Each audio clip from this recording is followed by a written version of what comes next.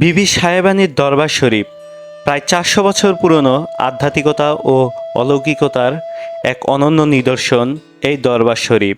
প্রায় 400 বছর আগের। কেউ বলে যে ওটা ইবাদত খানা ছিল, কেউ বলে দরগা শরীফ।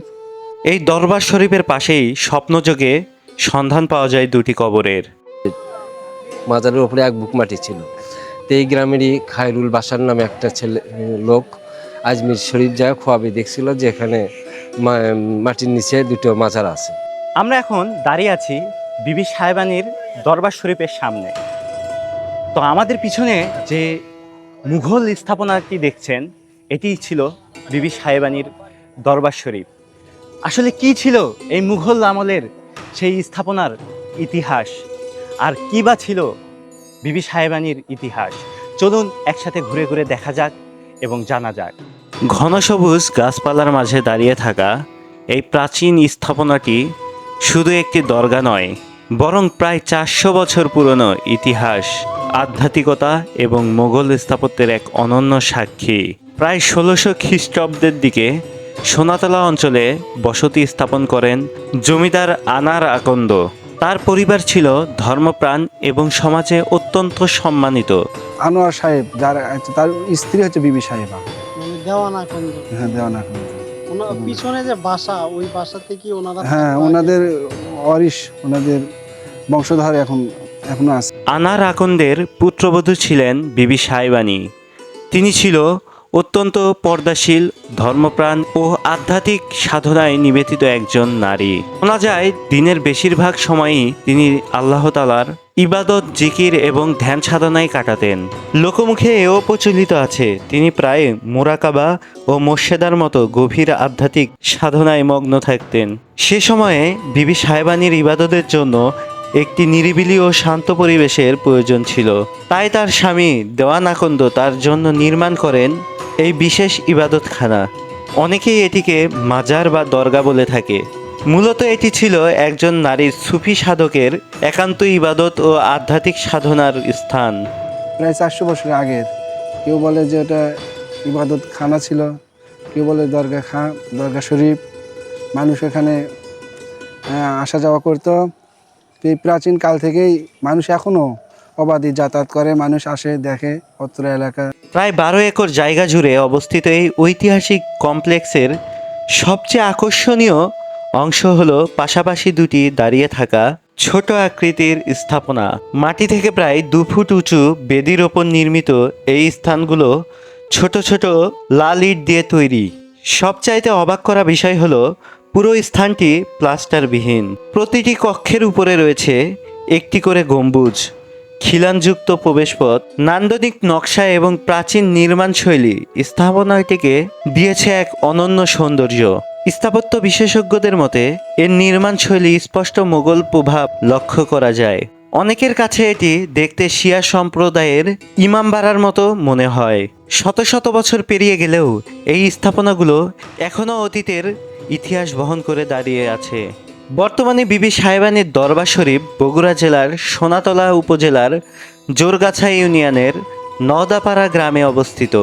এই দরবার শরীফের পিছনেই রয়েছে একটি প্রাচীন জমিদার বাড়ি। শোনা যায় এই সম্পূর্ণ জায়গা তাদেরই, এবং এও শোনা যায় তারা বিবি সাহেবানীর উত্তরসূরি বা বংশধর। এই অত্র অঞ্চলে তাদের কয়েকশো একর জমি রয়েছে। এই দরবার শরীফের পাশেই রয়েছে একটি মসজিদ এবং দুটি কবর। এবং সবচাইতে কৌতূহলের বিষয় এটি হলো এই কবর দুটি বা মাজার দুটির সন্ধান পাওয়া যায় স্বপ্নযোগের মাধ্যমে। লোক মুখে শুনেছিলাম আর কি, এখানে নাকি কোথা থেকে দুইজন মুরব্বী আসে এখানে বসবাস করত। তারা মারা যাওয়ার পর কোথায় মাটি আছে আমি বলতে পারবো না, তবে এখানে দুটো মাজার আছে। সবারই ধারণা এই দুটো কবরই ওনাদের হবে।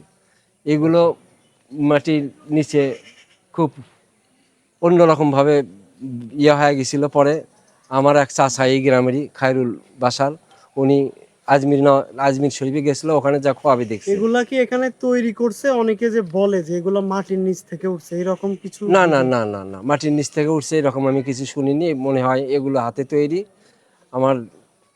আমি সেই বুদ্ধির বয়স থেকে এইরকম ভাবেই দেখতেছি।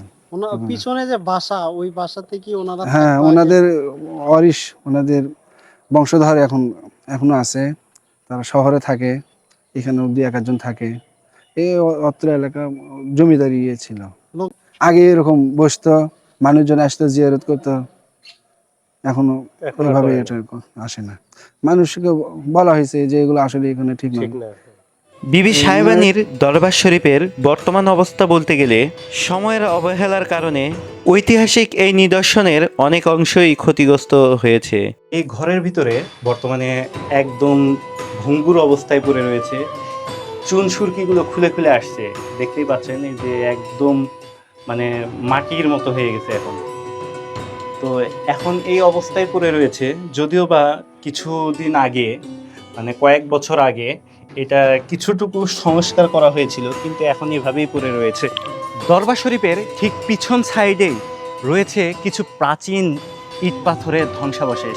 এই যে এখানে নিচে দেখতে পাচ্ছেন, এগুলো সকল ইটগুলোই কিন্তু প্রাচীন। আসলে ভিডিওতে কেমন বোঝা যাচ্ছে সেটা আমি বলতে পারলাম না, কিন্তু এগুলো কিন্তু আসলে অনেক প্রাচীন। এখানে দেখাই যাচ্ছে যে চুন সুরকি এখনো লেগে রয়েছে।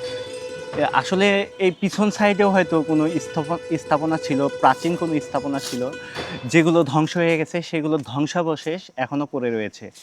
আজও দূর দূরান্ত থেকে মানুষ এই স্থাপনাটি দেখতে আসেন। কেউ আসেন ইতিহাসের টানে, কেউ আসেন স্থাপত্যের সৌন্দর্য উপভোগ করতে, আবার কেউ আসেন আধ্যাত্মিকতার প্রশান্তির খোঁজে। বগুড়ার ইতিহাস ও ঐতিহ্যের এক গুরুত্বপূর্ণ অংশ হিসেবে বিবি সাহেবানীর দরবার শরীফ আজও আমাদের অতীতের গৌরবময় অধ্যায়ের কথা স্মরণ করিয়ে দেয়। আপনি যদি ইতিহাসের প্রত্যন্ত এবং প্রাচীন স্থাপত্য ভালোবাসেন, তাহলে একবার হলেও ঘুরে আসতে পারেন এই অসাধারণ ঐতিহাসিক স্থানটি।